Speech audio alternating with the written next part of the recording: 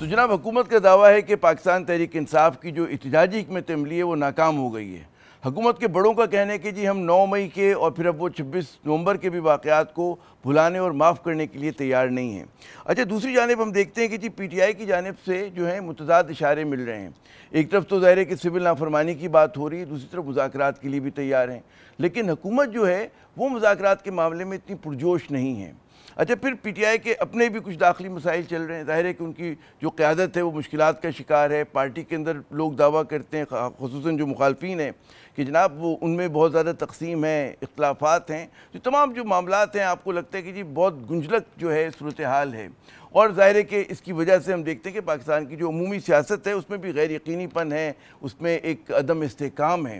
تو معاملات جو ہیں وہ آگے بڑھیں گے تو کیسے بڑھیں گے؟ اگر پی ٹی آئی کی سیاست بند گلی میں آ گئی ہے تو اس کے پاس کیا سبیل ہے کہ وہ اس بند گلی سے اپنے آپ کو نکال سکے؟ کیونکہ اب تک جو اس کی حکمت عملی رہی ہے اس نے اس کی مشکلات میں، اس کے جو ناقدین ہیں بلکہ اس کی حمایتی بھی، وہ کہتے ہیں کہ جی مشکلات میں اضافہ ہی کیا ہے۔ تو آج ہم اسی موضوع پہ بات کرتے ہیں۔ ہمارے ساتھ موجود ہیں محترم فردوس شمیم نقوی صاحب۔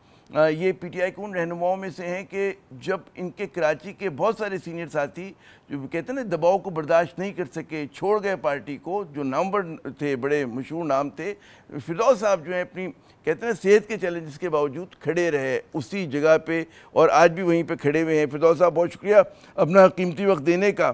سب سے پہلے یہ بتائیے کہ صاحب نظر آ رہا ہے کہ حکومت تو پرجوش نہیں ہے مذاکرات میں، اور آپ کی پارٹی کی طرف سے ظاہر ہے کہ پہلے آپ لوگ کہتے تھے ہم بالکل مذاکرات نہیں کریں گے اس حکومت کے ساتھ، مینڈیٹ چور ہیں، پتہ نہیں کیا کیا کہا کرتے تھے، اب آپ مذاکرات کے لیے تیار ہیں۔ تو کیا لگ رہا ہے، مذاکرات ہوں گے، نہیں ہوں گے، سول نافرمانی ہوگی؟ جی میری تو ہماری حکمت عملی بالکل واضح ہے۔ ہم یہ الزام اپنے اوپر نہیں لینا چاہیں گے کہ ہم نے مذاکرات نہیں کرنا چاہ رہے۔ جہاں ہم اپنی مہم جاری رکھے ہوئے، ہم سول ڈس اوبیڈینس بھی کریں گے، پہلے روکیں گے، اس کے بعد ہم اسٹیٹ اونڈ انٹرپرائزز کی پروڈکٹس کو بائیک آؤٹ کریں گے، اس کے بعد ہو سکتا ہے ہم ایسے کچھ ٹیکسز جو کہ ڈیلے کیے جا سکتے ہیں اور اس کا کوئی سدباب حکومت کے پاس ہے نہیں، وہ ٹیکسز دینے بند کر دیں۔ بہت ساری چیزیں ہیں، اس ترکش میں بڑے تیر ہیں۔ ساتھ ساتھ ہماری public protest, demonstration, lockouts, stopping the traffic, یہ ساری چیزیں بھی سول ڈس اوبیڈینس کا بھی حصہ ہے، اور ملکوں میں جہاں پروٹیسٹ ہو رہی ہوتی ہیں یہ پروٹیسٹ کے طریقے جائز بھی مانے جاتے ہیں۔ یہ بتائیے کہ آپ نے فرمایا کہ ترکش میں بہت تیر ہیں، بالکل ہوں گے، لیکن ان تیروں سے ہم دیکھتے ہیں کہ پی ٹی آئی بھی اتنی ہی گھائل ہو رہی ہے۔ آپ لوگوں نے ایک تیر چلایا کہ جی اسمبلیز سے ہم باہر آ جاتے ہیں، پھر صوبائی اسمبلیز کو ڈیزالو کر دیتے ہیں، پھر 9 مئی ہو جاتا ہے، پھر 26 نومبر ہو جاتا ہے، تو اس حکمت عملی سے آپ اس جال میں خود پھنس جاتے ہیں، اور آپ لوگوں کی مشکلات میں بجائے کہ کمی ہو زیادہ ہوتی جا رہی ہیں، اور آپ لوگ زیادہ مشکل میں آپ کی قیادت آ گئی ہے۔ جی عامر صاحب، یہ جو جدوجہد ہوتی ہے یہ ملکوں کو بنانے کے لیے ہوتی ہیں، ملک کی نشو و نما کرنے کے لیے ہوتی ہے، لوگوں کے ذہنوں کو بنانے کے لیے ہوتی ہیں، لوگوں کو شعور دینے کے لیے ہوتی ہیں۔